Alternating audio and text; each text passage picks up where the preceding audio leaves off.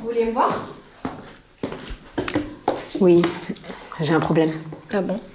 Vous auriez dû me signaler que vous connaissiez la famille Gérard. Mais je les connais pas. Vous avez un lien de famille avec eux.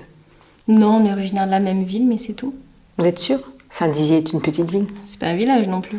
Vous n'avez aucun lien avec eux. La mère de Guillaume Girard a travaillé pour la mienne en tant qu'aide-soignante il y a 3 ans, mais je le savais pas avant de commencer l'enquête. Ce que j'appelle un lien.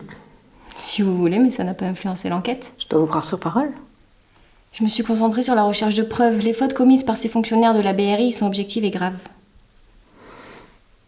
C'est ce que j'appelle un lien avec les Girard. Ça a créé un biais. Un biais? Oui, il y a des principes d'impartialité et de l'égalité devant la loi. Si on ne les respecte pas, il n'y a plus de justice. Déontologiquement, vous comprenez que ça pose problème. Même inconsciemment, ça a joué sur votre perception de l'affaire. Ça a orienté vos choix. Vous avez plus d'empathie pour le plaignant, vous le comprenez mieux. Ne serait-ce que devenir de la même ville, ça a joué. C'est humain. Vous avez raison, c'est humain. Ça a sans doute modifié ma perception de l'enquête. Si on n'est pas de la même ville, s'il n'y avait pas eu ce lien, comme vous dites, j'aurais sans doute lâché l'enquête plus tôt. J'aurais sans doute pas trouvé la vidéo incriminante. Je me serais sans doute contentée des 2 versions contradictoires. J'aurais sans doute moins cru la victime et sa famille et davantage la version des policiers. Vous avez raison, la mère de Guillaume Girard a effectivement croisé la mienne. Mais je suis flic depuis 5 ans. Le père de mon fils est policier. Mes collègues sont policiers. J'enquête sur des collègues.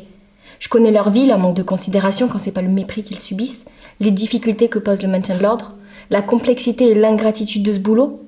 Mais ça, c'est pas un biais peut-être? C'est une question de point de vue. Si tout le monde pense qu'à notre point de vue que le sien est hostile, qu'est-ce qu'on fait? Comment on tient ensemble? Je sais plus, moi. Donc, je suis née à Saint-Dizier, comme la famille Girard. Et je suis flic, comme les policiers qui ont tiré sur le fils Girard. Je suis les deux. Mais j'espère que je suis aussi d'autres choses. Une enquêtrice sérieuse. Une bonne copine. Une mère pas trop nulle. Voilà. Je comprends, dans un sens, vous avez raison, mais quand on prend les choses trop à cœur, on commet des erreurs. Et à partir de quand on prend les choses trop à cœur? Écoutez-moi, la défense pourrait avoir vent de ce lien qui, pour vous paraît ténu et s'en servir pour discréditer l'enquête. Et au-delà, c'est tout le travail de l'IGPN qui sera atteint. Même dans votre logique, c'était pas une bonne idée. Vous deviez m'en parler.